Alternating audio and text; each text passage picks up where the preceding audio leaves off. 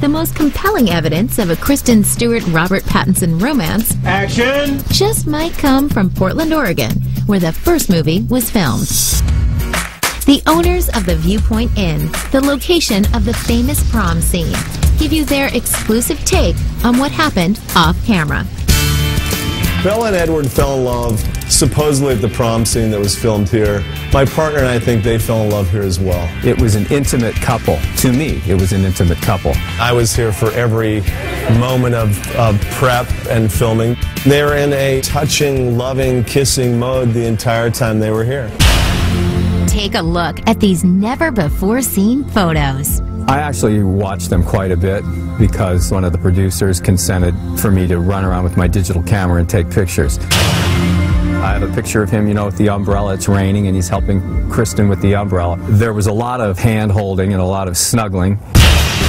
Kristen and Rob did not have trailers to operate out of. This was kind of a makeshift green room that we set up for them. And this is the area where they hung out. The cast was allowed in there, but Rob and Kristen pretty much took the sofa over. Their chairs were empty basically the whole time. They were sitting next to each other on the sofa. I dream about being with you forever. Forever.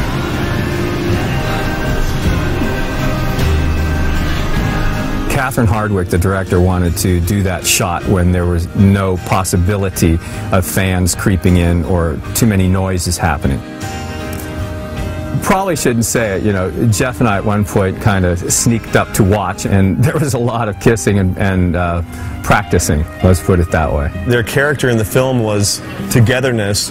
That didn't stop once they were between takes. They very much stayed with it.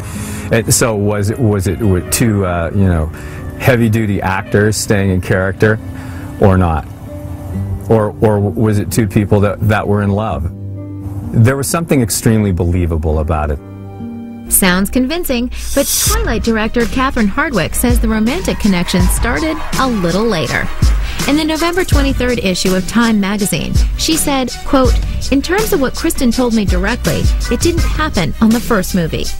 Then she continued, "I think it took a long time for Kristen to realize, okay, I've got to give this a go." So does that mean Rob and Chris are dating now? Well, there's still no hard proof to settle the question once and for all. Even though Robsten has denied the romance rumors, we can't deny all the hints they've dropped along the way. Let's look back at all the clues we've gathered. Your top 5 reasons why it's great to be Edward Cullen. You can kiss Kristen Stewart. It was pretty wild. I was like, dude, this is going to be a PG-13 rated movie. The number one question was for you, what it's like kissing him. It's great. I like it. They have a sexual tension that you can feel it. There was a lot of hand-holding and a lot of snuggling. I'm like, you know, you got to calm down. I think he's really handsome. Chris and I were looking at each other like, whoa. Sizzling. We didn't really get on at all.